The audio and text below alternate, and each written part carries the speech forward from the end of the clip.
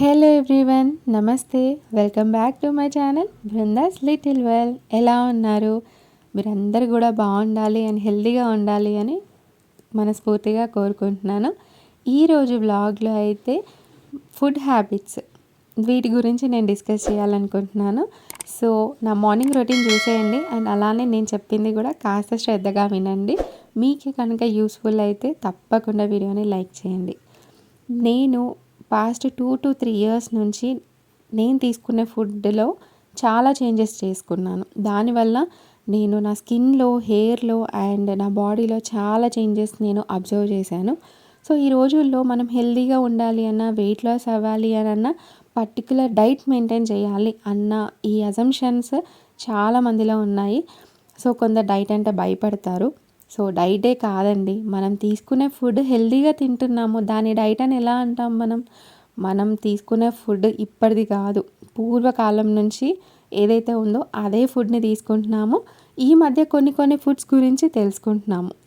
So అవి ఎప్పటి నుంచో ఉన్నాయి, దాన్ని మనం ఎలా తీసుకుంటున్నాం, మన బాడీకి ఎలా అందిస్తున్నాం అన్నది ఇంపార్టెంట్. సో ఇక్కడ మేము చేంజ్ చేసుకున్న ఫుడ్ హ్యాబిట్స్లో ఒక థింగ్ ఏంటి అని అంటే, carbohydrates, fibre, protein and healthy fats వీటిని సమానంగా సమపాలల్లో మన బాడీకి మనం ఎలా అందించాలి, ఎలా మన బాడీకి ప్రొవైడ్ చేయాలి అనేది మనం తెలుసుకోగలిగితే మనం హెల్తీగా తిన్నట్టే అండ్ హెల్తీగా వెయిట్ లాస్ కూడా అయినట్టే. చిన్న చేంజెస్ చేసుకుంటే సరిపోతుంది.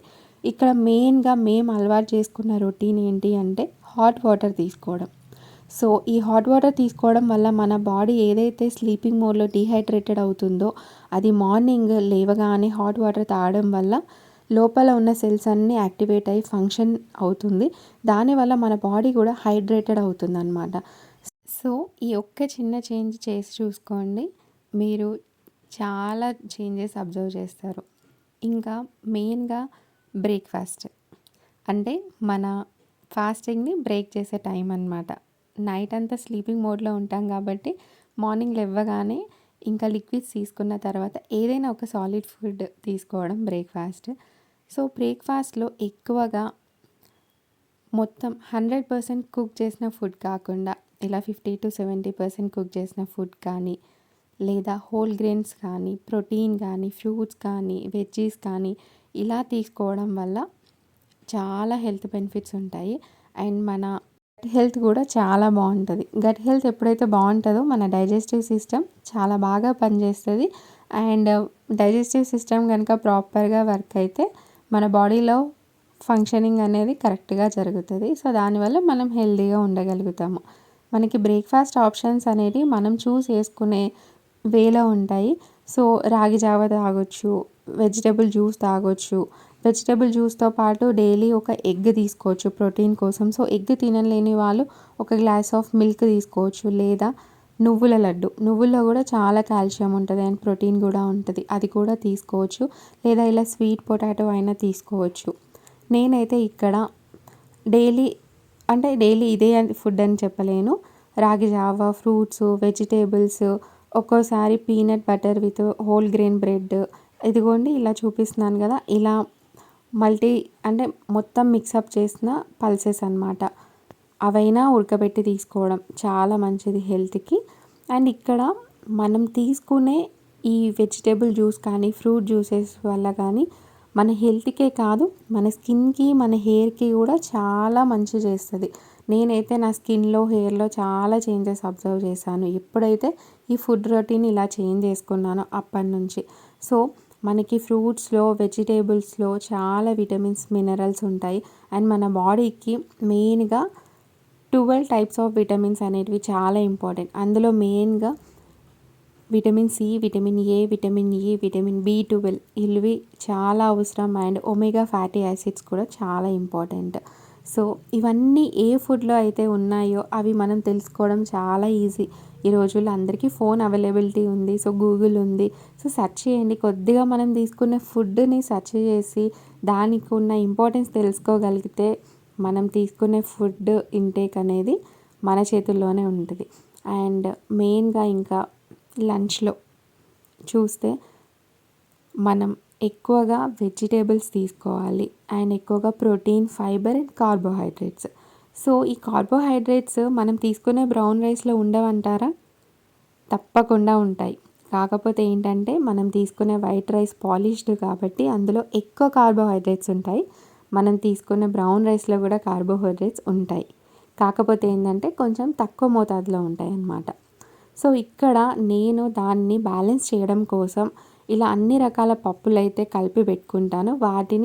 వాటితో ఏదో ఒక వెజిటేబుల్ కానీ లేదా ఆకుకూర కానీ కలిపి వండుతాను. సో దానివల్ల ఏమవుతుందంటే ఆకుకూర ఊరికే తినాలంటే తినలేం కదా! సో అది పప్పులో కలుపుకొని తింటే ఆకుకూరలో ఉండే విటమిన్స్ అండ్ పల్సెస్లో ఉండే ప్రోటీన్ అనేది మన బాడీకి అందుతాయి. మన బాడీకి మనం ఇవ్వగలుగుతాం.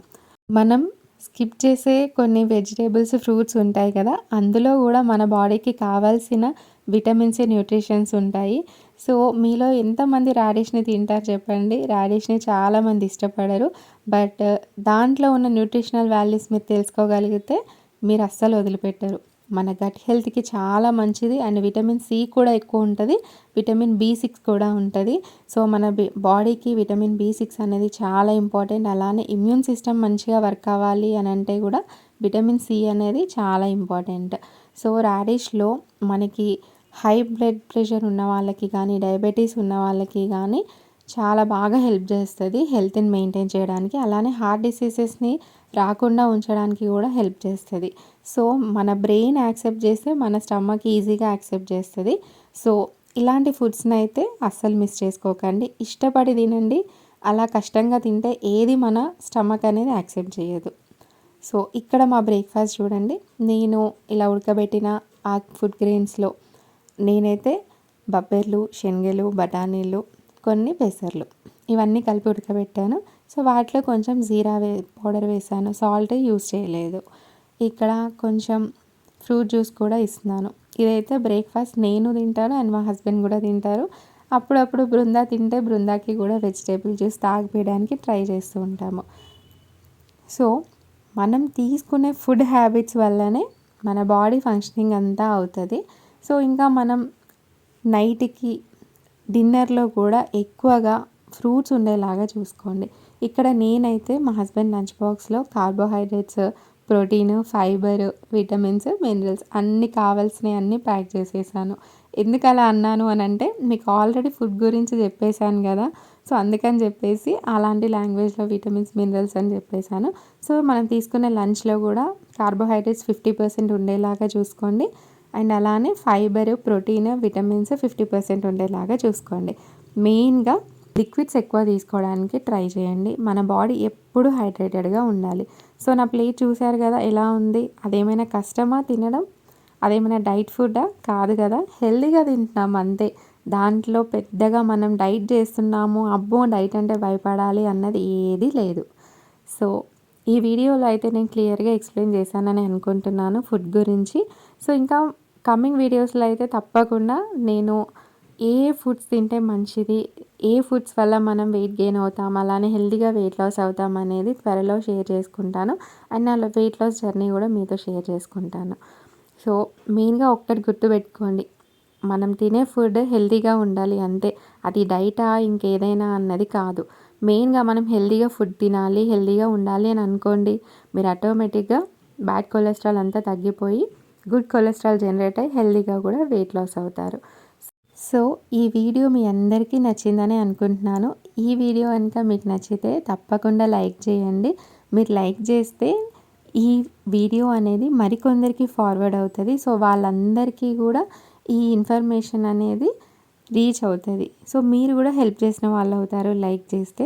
సో కొత్తగా మన ఛానల్ చూసిన వాళ్ళు ఎవరైనా ఉంటే నా వీడియోస్ మీకు నచ్చితే తప్పకుండా సబ్స్క్రైబ్ చేసుకొని నన్ను సపోర్ట్ చేయండి. అండ్ నా సబ్స్క్రైబర్స్ అందరికీ చాలా చాలా చాలా థ్యాంక్ యూ. మా పాప ఇలానే ధ్యానం చేస్తూ ఆడుతూనే ఉంటుంది. మీరు మాత్రం లైక్ చేయడం, సబ్స్క్రైబ్ చేయడం అయితే అస్సలు మర్చిపోవద్దు. మళ్ళీ నెక్స్ట్ వీడియోలో కలుద్దాం. అంతవరకు బాయ్ అండి. Take care.